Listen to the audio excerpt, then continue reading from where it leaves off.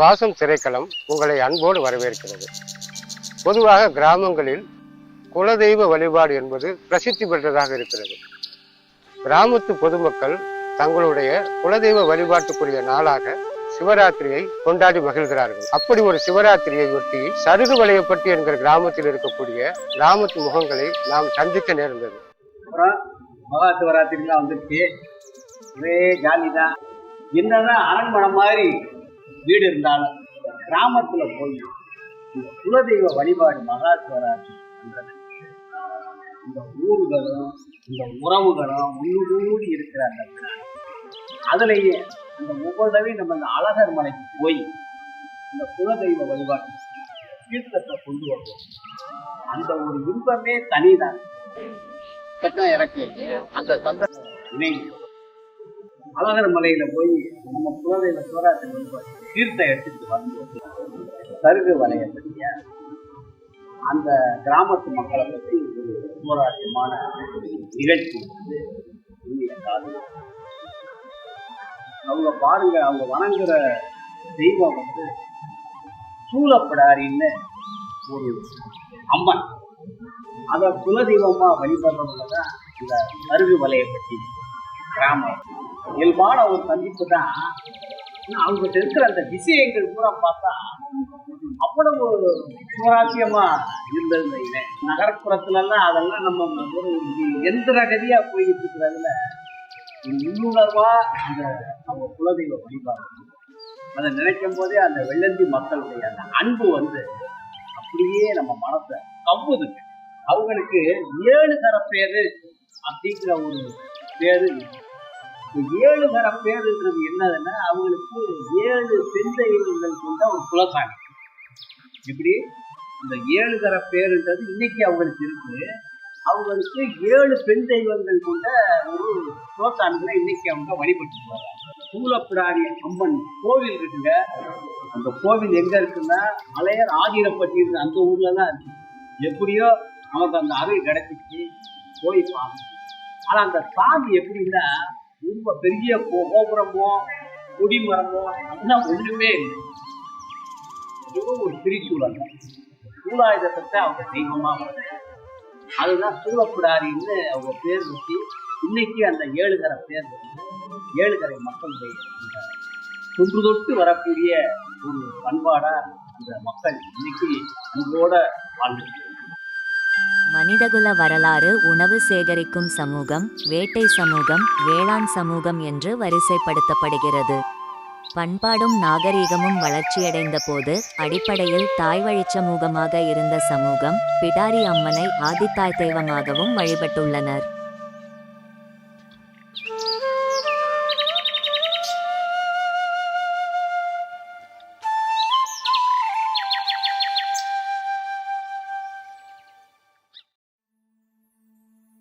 ஆதி காலத்தில் என் பாட்டன்மாரும் வடநாடு விட்டு தென்னாடு என் தெய்வத்தை 7 தெய்வத்தையும் கொண்டு வந்திருக்கேன், 7 கன்னிமார்களையும். அப்படி வருங்காலத்தில் பொன்னமராவதியில் வந்து தங்கியிருக்காங்க. பொன்னம நாட்டிலையும் ஏனாதி கம்மாங்கிற ஒரு கம்மா பிரகரையில் குடியிருந்திருக்கிறாங்க. அப்படி குடியிருந்து வரும் காலத்தில் சோழனுக்கும் நெடுஞ்செழிய பாண்டிய மன்னனுக்கும் வார் வந்திருக்கு. இப்படி வார் வரும் காலத்தில் 2 முறை நெடுஞ்செழிய பாண்டிய போர் தொடுத்தும் ஜெயிக்க முடியல சோழனை. அப்படி ஜெயிச்சு வர முடியாத காலத்துல அப்ப அந்த வழியா என் பாட்டன்மார் எழுதியிருந்த பாட்டன்மார் எழுதியிருந்த இடத்து வழியா ஒரு இடைய பெண்ணு போர் வைக்க வந்தது. அப்ப அந்த பெண்ணு என்னோட பாட்டன்மார்களோட ஈவான குரகத்தை கண்டு அதை போய் படை தளபதி கிட்ட சொல்லுது.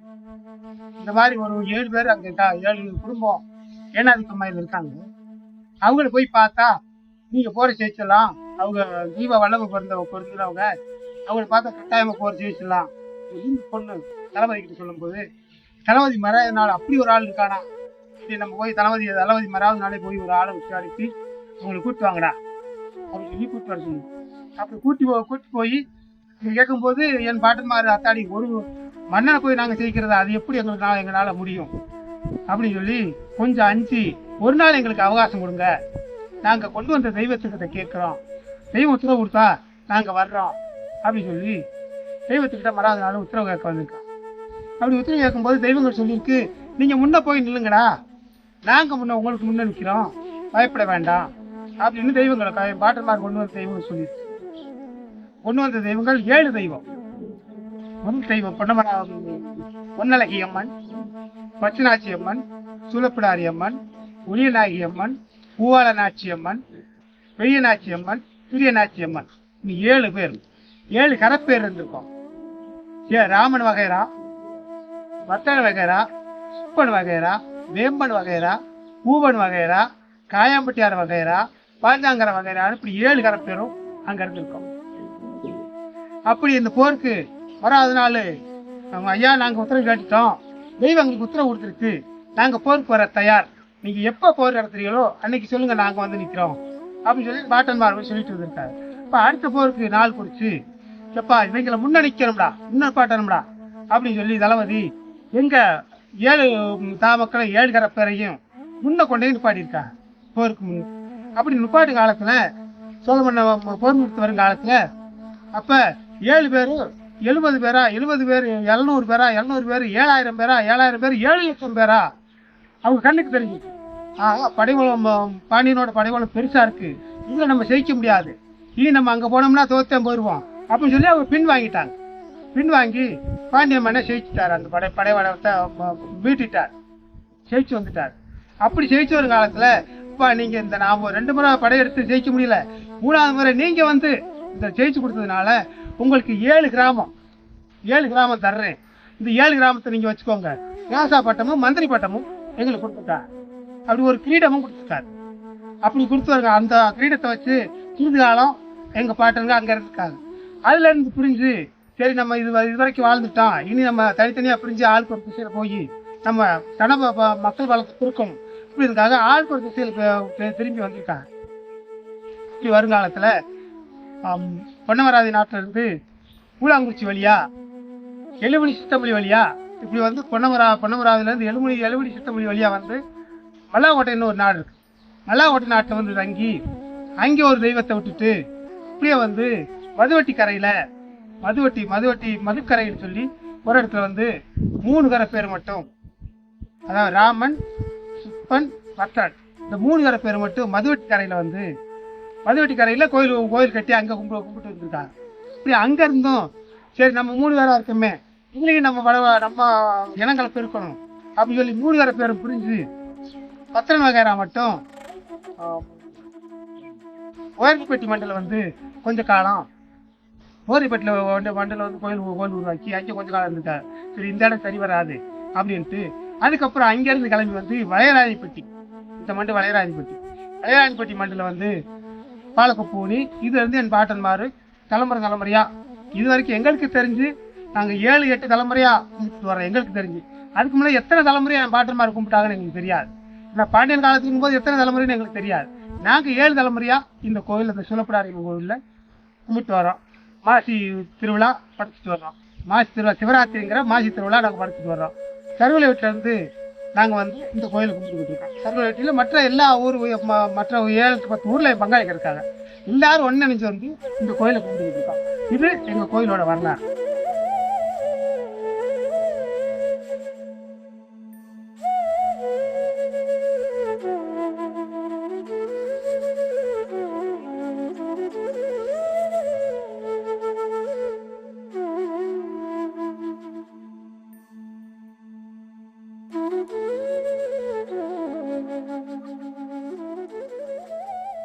பொதுவா மன்னர்கள், அது எந்த மன்னர்களாக இருந்தாலும் வரலாற்றை நாம் அறியணும் அப்படின்னு சொன்னா நமக்கு கல்வெட்டுக்களை காட்டிலும் செப்பேடுகள் தான் அதிகமா வந்து நமக்கு புரியும்.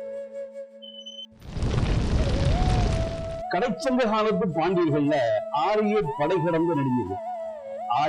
கடந்த நெடுஞ்செழியன், தலையாளங்கானத்து சிறுவெந்து நெடுஞ்செழியன் ஆகிய மன்னர்கள் முக்கியமானவங்க.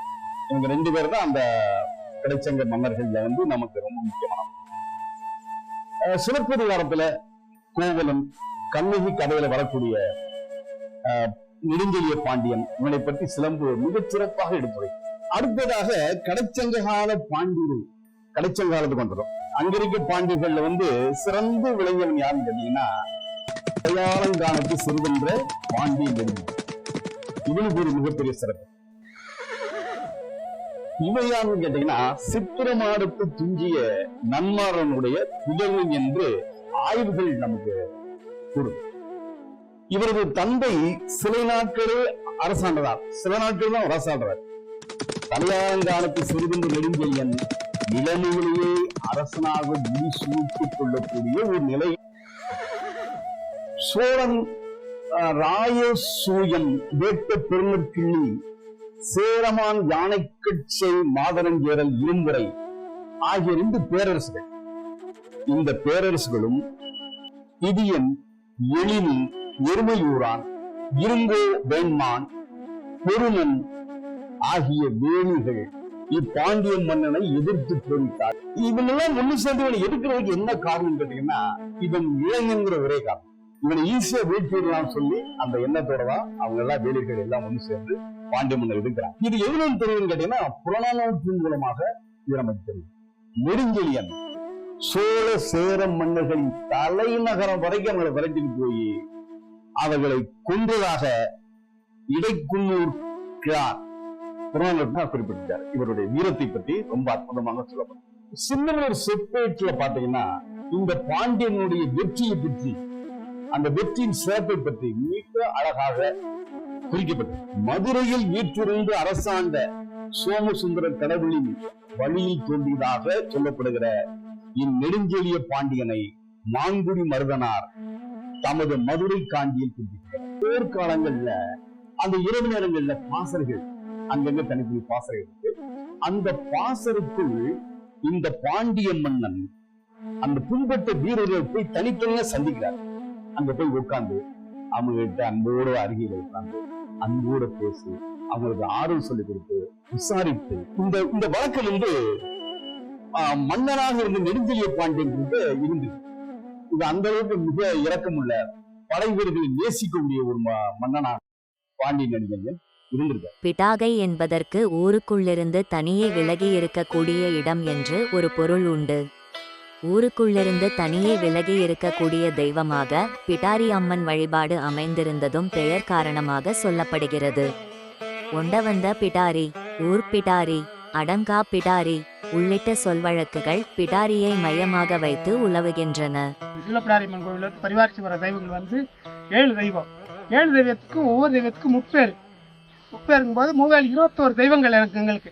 முதல் தெய்வம் அழகப்பெருமாள், 2வது தெய்வம் சூலப்பிடாரி, 3வது தெய்வம் காசி அடைக்கல், 4வது தெய்வம் மயான கருப்பு சுவாமி, 5வது தெய்வம் மணிச்சூரன், 6வது தெய்வம்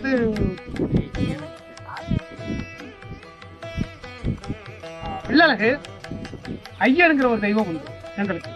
சூலப்பிடாரி சூலாயுதம் ஏந்தி வரும். திருமால் வில்லாங்குழல் ஏந்தி வரும்.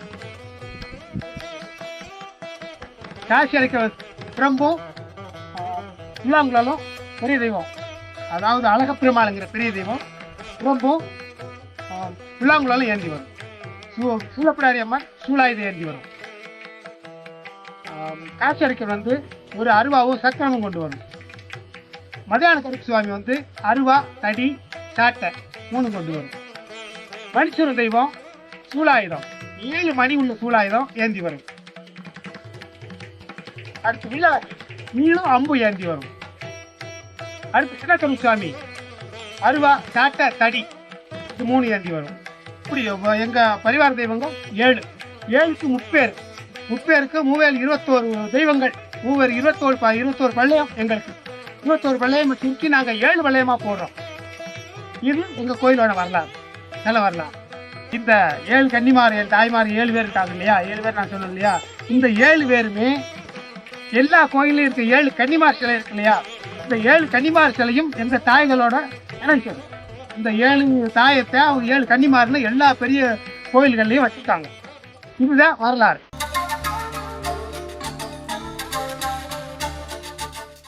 கூதிர் காலம், வேநீர் காலம், இவை 2ம் தான் போருக்கு உகந்த காலமாக அன்னைக்கு கணிச்சிருக்கு. இதுக்கு பின்னால ஒரு பெரிய அறிவியல் இருக்கு. ஏன் அந்த காலங்களை தேர்ந்தெடுத்தாங்க? போர்க்காலங்களில் முழங்குவது முரசு, நமக்கே தெரியும். போர் முரசம் 8 முழங்கு முரசு அடிமா போர் முரசுங்கிறது. அதே நேரத்துல விழா காலங்கள்ல இறைவனுக்கு வழிபாடு செய்யக்கூடிய இந்த திருவிழா காலங்கள்ல கூட அதுக்கு முழங்குவதுக்கு பேர் தனியா இருக்கு. அது முழவு, அது முரசு, இது முழவு. வாள், வேல், அம்பு இதெல்லாம் அந்த அந்த பெரிய நமக்கு இன்றைக்கும் கண்காட்சிகள் அந்த பழைய அரண்மனைக்குள்ள பார்த்தோம்னா இந்த வாள், வேல், அம்பு சிறந்த போர் கருவிகளுக்காக கருதப்பட்டது. இவங்க என்ன செய்யறாங்க, படைக்கலங்களை பீலி அணிந்து அதுக்கு மேல மயில் சிறகுகள் எல்லாம் வச்சு மாலை சூட்டி அணி செய்வது வழக்கமாக. ஒரு போருக்கு போயிட்டு வரான்னு வச்சுக்கோங்க, ஒரு வெற்றி வாயை சூடி வருகிற அந்த மன்னனை பாராட்டுவதை போல அந்த படையில் பயன்படுத்தப்பட்ட கருவிகளை அவங்க வந்து நினைச்சிருக்காங்க. அது சுத்தம் செய்து எண்ணெய் பூசி பீலி செய்து மாலை அணிவித்து அந்த அந்த ஆயுதங்களுக்கும் அவர்கள் மரியாதை செய்வது, அணி செய்வது ஒரு வழக்கமா அன்னைக்கு இருந்தது. அதே நேரத்துல படை கலன்களில் இந்த வில், வேல், அம்புகளில் குருவிக்கரை படிந்திருந்தால் அது வந்து புகழின் அடையாளமா கருது. அந்த நேரத்தில் அதுதான் புகழின் அடையாளம். ரத்தம் இருக்கணும். ரத்தம் இருந்தாலோ, நுனியும் கங்கும் நெளிந்திருந்தாலோ, அடிபட்டு இருந்தாலோ, சிதைந்திருந்தாலோ அது மிக நீண்ட போர்களை சந்தித்து ஒரு ஆயுதம். அப்படிங்கிறனால அந்த ஆயுதத்துக்குரிய மரியாதை செய்யப்படும். அதே மாதிரி போர்க்களம், அந்த போர்க்களத்துல தங்கி இருக்காங்கல்ல அந்த பாசறைகள் எப்படி அமைக்கப்பட்டிருக்குன்னு பாத்தீங்கன்னா தலையில் வேயப்பட்டிருந்தன. தலையினால வேயப்பட்டு, ஏன்னா தலையினால் வேயப்பட்டு அந்த பாசறைக்குள் இருக்கின்ற அந்த அடிபட்ட போர் வீரர்களுக்கு வந்து ரொம்ப நல்லா குழுக்கள் ஒரு மாதிரி வெப்பம் அதிகமாக இல்லாமல் அந்த பாசறையில் சுலபமாக கழட்டு செல்வதோ எடுத்து செல்வதோ ஊன்றதாக தலைகுடியினால் அந்த பாசறை அமைக்கப்படுகிறது. இது போர் வீரர்களுக்கு மட்டும் கிடையாது, யானைகள், குதிரைகளுக்கும் இந்த தனித்தனி இடங்கள். இதுக்கு தனித்தனி யானைகள் தனி பாசறை, குதிரைகளுக்கு தனி பாசறை. ஏன்னா அதுகளே கவனிக்கணும், அது குணப்படணும், பாதுகாக்கணும், அது அடிபட்டு அதையும் மருத்துவம் செய்யணும். அதுக்கு தனி பாசறை. இதே போல தனித்தனியான வசதியும் மருத்துவ வசதியும் தனித்தனி இடங்களில் அமைகின்றன. இதுதான் இந்த பாண்டியனுடைய சிறப்பு, அவனுடைய அரசாங்கத்தின் சிறப்பு, அவன் ஆண்ட பெருமை இது. அதே மாதிரி இந்த பாசறைகளை பாதுகாப்பதற்கு வாழ்ந்தேந்திய வீராங்கனைகள், வாழ்ந்தேந்திய மகளிர் இரவு முழுக்க என்ன செய்யறாங்க, பாசறைகளில் தீப்பந்தம் ஏற்றி பணி செய்திருக்கிறார்கள் என்று முன்னைப்பாட்டு இந்த மகளிரை பற்றி, பாசறை காத்த மகளிரை பற்றி முன்னைப்பாட்டு பாருங்கள். கிபி 3ஆம் நூற்றாண்டு வரை வட இந்திய தத்துவங்கள் தென் பகுதியில் இல்லை என்றே சொல்லப்படுகிறது. ஆனாலும் கூட 5 நிலை தலைவன் தலைவி வழிபாட்டு முறைகள் தென் பகுதியில் பிரபலமாக இருந்துள்ளது. சில கோட்பாடுகள் என்பது நம்மிடையே வரிசைப்படுத்த வாய்ப்பு இருக்கிறது. இறையியல் கோட்பாடு, மெய்யியல் கோட்பாடு, இன்பியல் கோட்பாடுகள் என்று அந்த கோட்பாடுகள் நம்மிடையே உலவி இருக்கின்றன. ஆசீவகம், சமணம், பௌத்தம் இவை 3ம் மெய்யியல் கோட்பாடுகளை பேசியது. ஆசீவகமும் சமணமும் ஆன்மா என்கின்ற உயர்நிலைகளை முக்கியத்துவம் தந்த அதே பொழுதுகளில் வர்ண கோட்பாடுகளை எதிர்த்து நின்றதாகவும் சொல்லப்படுகிறது. சைவத்தில் கபாலிகம், காலாமுகம் என்கின்ற பிரிவுகள் இருக்கின்றன. கபாலிகத்தில் ஆசீவகத்தின் கூறுகள் இருப்பதாகவும் சொல்லப்படுகிறது. கபாலிகத்தில் வைதீகத்தை இணைத்து காலாமுகம் என்று உருப்பெற்றதாகவும் ஒரு கருத்து நிலவுகிறது. சங்க காலத்தில் தன்னுடைய மன்னன் நீண்ட ஆயுளோடும் ஆரோக்கியத்தோடும் இருக்க வேண்டும் என்பதற்காகவும், தன்னுடைய மன்னனுக்கு எதிரிகளால் எந்த தீங்கும் நேர்ந்துவிடக் கூடாது என்பதற்காகவும், தன்னுடைய மன்னன் போர்களில் தொடர்ந்து வெற்றி பெற வேண்டும் என்பதற்காகவும் வீரர்கள் தங்களது தலையை அறிந்து பலிபீடத்தில் வைத்து வழிபட்டதாக சொல்லப்படுகிறது. இந்த தலையை அறிந்து பலிபீடத்தில் வைத்து வழிபடுவதை நவகண்டம் என்று கூறுகிறார். இதை பற்றிய குறிப்புகள் சிலப்பதிகார வரிகளில் நாம் அறிய முடிகின்றது. இந்த நவகண்ட வழிபாடு என்பது பிடாரி அம்மனுக்கு செலுத்தியதாக அறிய முடிகிறது. கொற்றவை என்கின்ற துர்க்கை, காளி ஆகிய போர் தெய்வங்களை பிடாரி என்று இவர்கள் பொதுவாக அழைத்ததாக நமக்கு தகவல்கள் கிடைக்கின்றன. இந்த நவகண்டம் கொடுக்கக்கூடிய மரபு என்பது சோழர்கள் காலத்திலும் விஜயநகரர்கள் காலத்திலும் தொன்று தொட்டு இருந்திருக்கிறது. இயற்கையை வழிபடக்கூடிய அந்த வகையில் இருந்த மாற்றம் என்பது நடுகள் வழிபாட்டில் துவங்கி இருக்கிறது என்பதாக ஆய்வுகள் கூறுகின்றன. வீர மரணம் அடைந்தவர்களை நடுகள் வைத்து வழிபடுவது என்பது தொல் சமய மரபாக நமக்கு காண கிடைக்கிறது. தென்னவ வாழி அடர்த்தெழு குருதி அடங்கா பசுந்துணி பிடர்த்தலை பீடம் ஏறிய மடக்கொடி வெற்றிவேல் தடக்கை கொற்றவை என்று சங்க இலக்கியங்களில் ஒன்றான சிலப்பதிகாரத்தில் பிடாரி கையாளப்படுகிறாள்.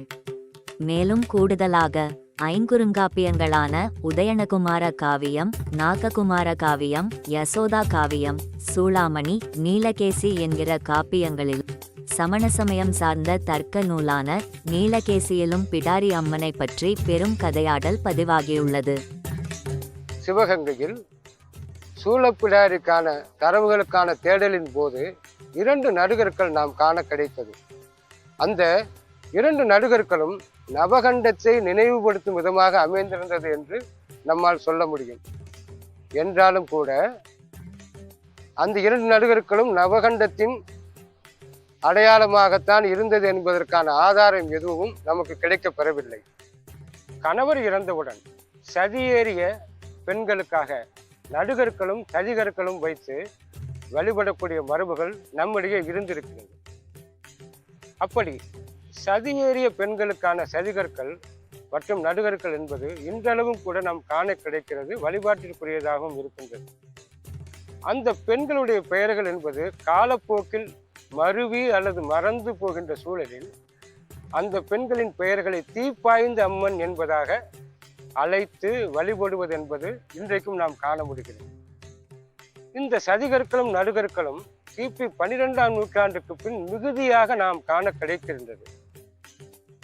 திருவாதவூர் பிடாரியம்மன் ஆலயத்தில் தீப்பாய்ந்த அம்மனுக்கும் சன்னதி இருப்பது என்பது வரலாற்று சிறப்பு மிக்கதாக கருதப்படுகிறது.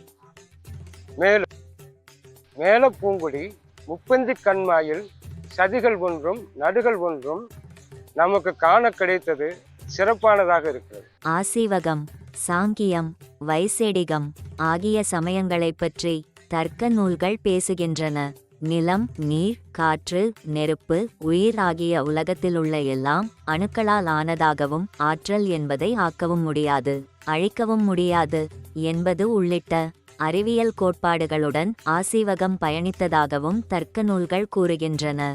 ஊருக்குள் தென்பகுதியில் பிடாரியம்மன் ஆலயமும், ஊருக்கு வெளியில் வடக்கு பகுதியில் ஐயனார் ஆலயமும் இன்றளவும் இருப்பதை நாம் காண முடிகிறது. இதற்கு அந்த கிராமத்து பொதுமக்கள் சில கருத்துக்களை தெரிவிக்கிறார்கள். அதாவது, ஊருக்குள் இருக்கக்கூடிய தெய்வ சக்தி அதிர்வலைகள் என்பது ஊரை விட்டு வெளியில் சென்று விடாமல் பிடாரியம்மன் காத்தருள்வதாகவும், ஊருக்கு வெளியில் இருக்கக்கூடிய துஷ்ட சக்தி அதிர்வலைகள் ஊருக்குள் நுழைந்து கேடுகளை ஏற்படுத்தி விடக்கூடாது என்பதற்காக ஐயனார் ஊருக்கு வெளியில் இருந்து காத்தருள்வதாகவும் கிராமத்து மக்களிடையே நம்பிக்கை என்பது இன்றளவும் இருக்கிறது. சூல் என்பது கருவையும் குழந்தைகளையும் குறிக்கின்றது. கருவையும் குழந்தைகளையும் காத்தருளக்கூடிய தெய்வமாக பிடாரியம்மன் இருக்கின்ற காரணத்தினால் சூலப்பிடாரி என்று பெயர் வந்ததாக கிராமத்து மக்கள் பெயர் காரணம் கூறுகிறார்கள். கூடுதலாக திரிசூலம் வைத்து வழிபடுவதாலும் பிடாரி அம்மனுக்கு சூலப்பிடாரி என்று பெயர் வந்ததாகவும் பெயர் காரணம் கூறுகிறார்கள். சூலப்பிடாரிக்கு வெவ்வேறு ஊர்களில் வெவ்வேறு பெயர்கள் வழங்கப்பட்டு வருகிறது. சூலப்பிடாரி, மாயப்பிடாரி, பிடாரி அரசி, வரத பிடாரி என்கின்ற பெயர்கள் வழங்கப்படுகிறது.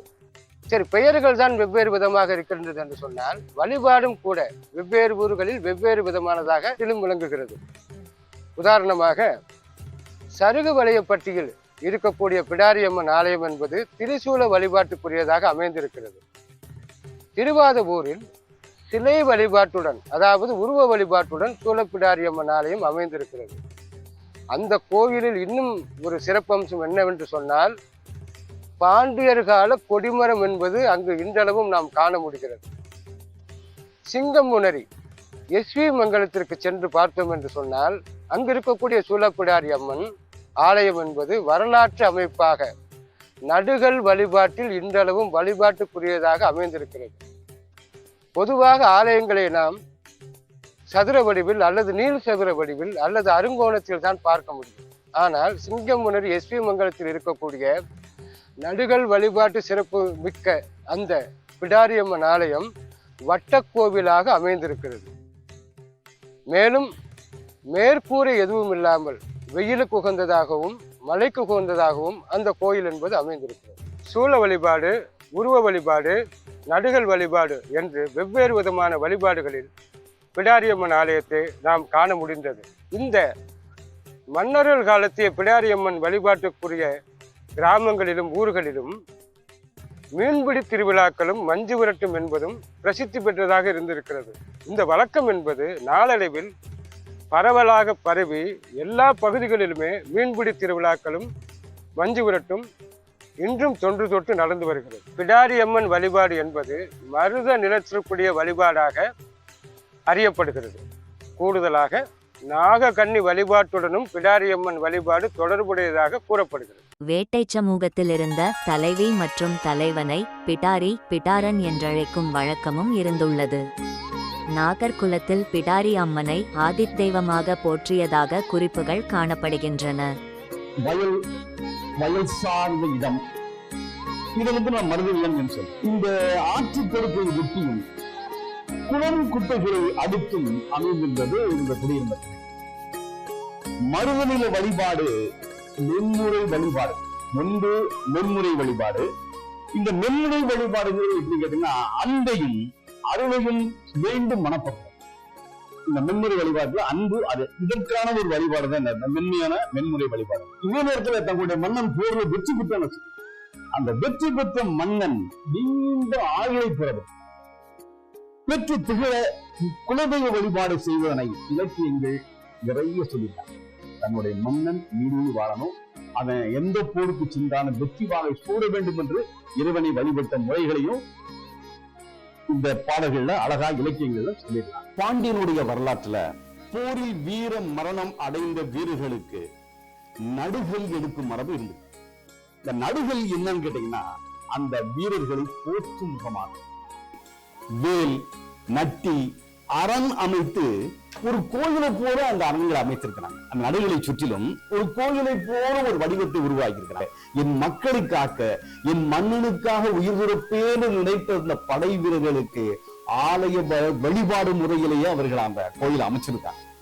நீராட்டுதல், பலியிடுதல், விளக்கேற்றுதல் போன்ற எல்லா முறைகளையும் ஆலய வழிபாட்டை போலவே நடுகள் வழிபாட்டையும் எப்படி ஒரு இறைவனை வணங்குவார்களோ அதே போல தன் தேசத்திற்காக, தன் நாட்டிற்காக போரிட்டு உயிர் நீத்த படை வீரர்களையும் தெய்வத்துக்கு சமமாக அவர்கள் வைத்திருந்தார்கள் என்பதை இந்த வரலாற்றின் மூலமாக நம்ம அறிவோம். இந்த நடுகள் வழிபாட்டுல இந்த மண்ணில் ஊந்தப்பட்ட கல்லில் காலப்போக்கில் இந்த கல்லுக்குள் கடவுள் உறைந்திருப்பதாக ஒரு நம்பிக்கை மக்களுக்கு ஏற்பட்டது. இதன் விளைவாக பின்னால இது என்ன செய்யுது, கடவுள் இந்த கல்லுக்குள் உறைந்திருக்கிறார் என்ற நம்பிக்கையின் அடிப்படையில் இது குலதெய்வ வழிபாடாக மாறுகிறது. உருவ வழிபாடு தூண்டுவதற்கான பின்புலமாகும். இதன் பின்புலம், இதன் மூலமாக உருவ வழிபாடுக்கான வாசல் திறக்கப்படுகிறது. சங்க காலத்தில் தோன்றிய நடுகள் வழிபாடு மரபு என்பது சமயங்கள் வளர்ச்சி அடைஞ்சப்ப குலதெய்வமாக, கிராமத்து தெய்வங்களாக மாற்றம் பெற்றன. இதுதான் பின்னால குலதெய்வமாக, கிராமத்து தெய்வமாக அது மாற்றமடையுது. வீர மரபு என்பதை தாண்டி நடுகர்கள் எளிய மக்களின் வாழ்வியலை பதிவு செய்யும் நேரடி சான்றுகளாகும். இதுதான் முக்கியம். இது நேரடி சான்று. ஊருக்கு ஒரு பிடாரி, ஏரிக்கு ஒரு ஐயனார் என்கிற சொல்லாடலின் தொடர்ச்சியாக சில கிராமத்து மக்களை சந்திக்க நேர்ந்தபோது அவர்களது குலதெய்வ வழிபாடும் அவர்களது குலதெய்வத்திற்கான பின்னணி கதையும் அதிலிருந்த சுவாரஸ்யங்களும் அதைத் தொடர்ந்து எங்களது சில பயணங்களும் தேடல்களும் தான் இந்த காணொளிக்கு வித்திட்டது. அதில் எமக்கு காண கிடைத்த எல்லாவற்றையுமே உங்கள் பார்வைக்கு வைக்க முடியவில்லை என்றாலும் சிலவற்றை சுவாசம் திரைக்களம் மூலமாக உங்களோடு பகிர்ந்து கொண்டுள்ளேன். ஆம், செவிவழிக்கதைகளில் தலைமுறை தலைமுறையாக குலதெய்வ வழிபாட்டில் உயிர்ப்போடு இருக்கிறார்கள் ஜனங்களின் சாமிகள்.